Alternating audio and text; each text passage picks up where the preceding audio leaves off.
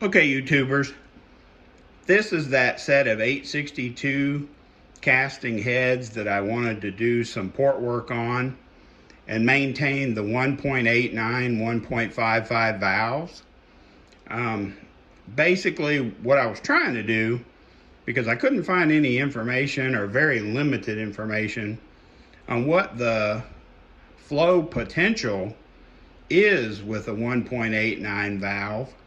And this was all stemming from all the controversy about the 2-inch valve having I guess a significant upper cylinder shrouding flow issue when you run cylinder heads with a 2-inch valve on the 4853 stock bore. Basically, if you do some internet searching, GM and a lot of the engine builders, they don't recommend running a 2-inch valve on any bore below, I think it's 3.900, basically the LS1 bore. So I had, put a lot of thought into this and tried to do some research on Tony Mammo and I think one or two other guys who had some limited information about doing some smaller valve heads to work specifically with that 3.785 bore of the 4853 engines. So just to kind of roll this all up in a nutshell, I wanted to keep the ports moderately sized to promote velocity, throttle response, good atomization. Got a 91% bowl cut, full blend, and that blends into the short turn widening back wall. We did texturing throughout. Reduced the valve guide boss, reduced that bump, that rocker bolt bump. I hate saying that, it tongue ties me. But I came out, right now, I want to say that the intake ports are 208 cc. What I was trying to do was not go too big. I probably could have went a hair larger on the intake port, and here's why. Okay, if you have a cathedral port cylinder head that has 2-inch intake valves and a 225 cc port that's flowing, let's just say, like my 225 heads flowed, 306 CFM at 600 lift. Well, if you just do it's like a percentage, okay? We're gonna compare the 1.89 intake valve with a 2-inch valve. So then you ask yourself, okay, what percentage is a 1.89 valve to a 2-inch valve? That makes sense. It's 94.5%. Okay, so if you guys are following along with me, that's 94.5% of a 2-inch valve, all right? So if we do, and this, now keep in mind, this is proportional math. It's just a, hey, I wonder if this holds true type of a question, which has gotten me to this point of putting this to the test. So if a 189 valve is 94.5% of a 2-inch valve, does that mean that a 189 valve should be able to flow 94.5% of 306 CFM if I prepare the ports in the same manner? Same type port work with a 189 valve could flow as much as 292 CFM. Now, let me just point out right here, so I'm not claiming that these heads are going to flow 290 plus CFM of air. I'm not doing that.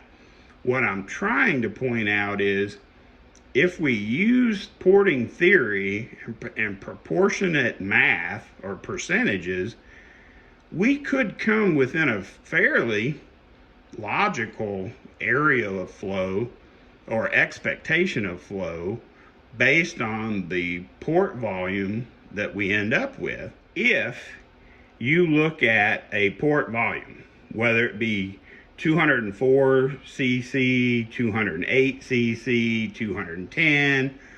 You can actually do a percentage of that. So proportionately, we can say, as a point of reference, a 225 cc port flowed 306 CFM, ported in this manner, okay? So now let's just say we have a 208 cc intake port. So we could do 208 cc divided by 225 gives us a 92.44%, right? So now keep in mind, this is all just theoretical math until the head is actually flowed, which by chance is the other head, the matching head to this one is at the flow bench now. Hopefully we'll get that back this weekend, but I wanted to get my measurements on my ports before I finalize the flow part of the video or the series on these small valve 862 heads. So we ended up with a 208 cc intake port, 81 cc exhaust ports. So now we can do this. And keep in mind, this is all theoretical, so we're in the learning phases, okay? So at 92.44%. All right, so if we take 306 CFM and times that by 92.44, that means, now keep in mind this is just theory at this point because we haven't proven anything, but using my porting theory, a 208 cc port has the potential to flow 282.8 CFM. Okay, now keep in mind, that's only mathematic. That's just saying a 306 cc port at 225 could flow 282 at 208.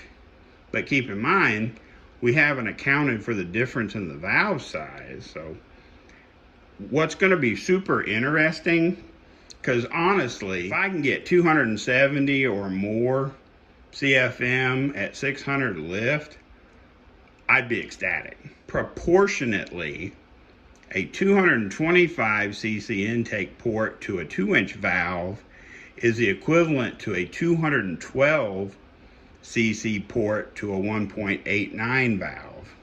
Remember all that comparative proportioning of this port with this valve, you know, comparing them side by side.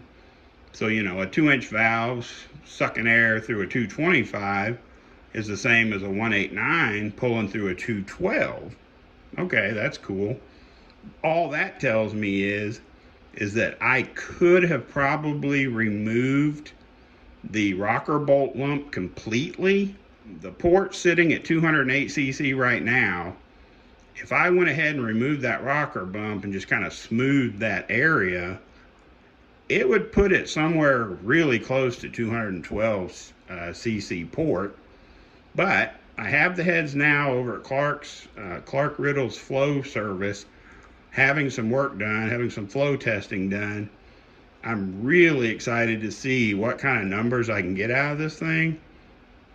Rough estimate, I came up with mathematical figures somewhere around 277 CFM. But that, like I said, that's just like pulling it out of a hat. I don't really have anything other than a calculator, percentages, and just, mathematical guesses. So we'll call it a hypothesis of what the head might flow. But just as a side note, Tony Mamo, M-A-M-O, he ported a set of cathedral port cylinder heads with a set with cut down 2-inch valve. He cut the 2-inch valve down to 1.95 and is claiming to have gotten 300 CFM out of his cylinder head. So I apologize if this is a boring video, but I just wanted to try to share some of my thoughts on this whole test that we're doing on these small valve cathedral port heads, because wouldn't it be interesting if you could get, I don't know, 270 to 280 CFM out of a 189 valve, not experience the upper cylinder shrouding that everybody seems to be so up in arms about. That would be a really strong running cylinder head. So I appreciate you guys watching. I hope I didn't nerd out on you too much, but I was just trying to share some of what goes through my mind when I'm working these cylinder heads, and especially when I'm trying something new. So appreciate you guys watching. Springtime's right around the corner. Go out and have some fun. Please like, subscribe, share, because I'd really like to get some more views and maybe some more people joining or subscribing to the channel so we can all make YouTube happy, I guess. Thanks again, guys. Stay safe.